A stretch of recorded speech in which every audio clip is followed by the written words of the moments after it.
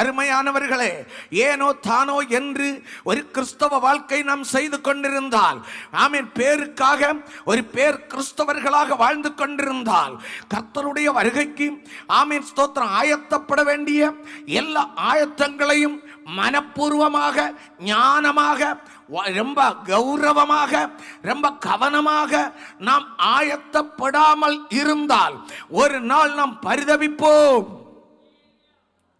அந்த பரிதாபம் உங்களுக்கு வராமல் இருக்கத்தான் இந்த காரியத்தை இயேசு சொல்லி இருக்கிறார்.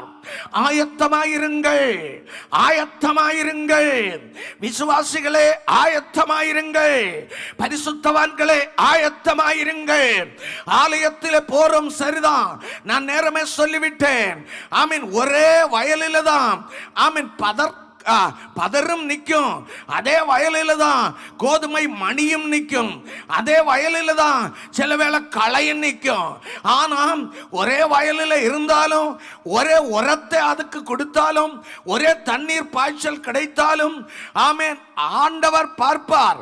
ஒரு நாளிலே அவருக்கென்று கோதுமை மணிகளை மட்டும் பிரித்தெடுத்து களஞ்சியத்துக்கு கொண்டு போவார்.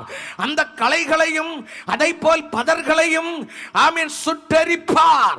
அப்படிப்பட்ட ஒரு பரிதாபமான நிலைமைக்கு உலகம் தள்ளப்பட போகிறது. அதனால உணருங்கள், ஆயத்தப்படுங்கள், இதோ அவர் வருகிறார்.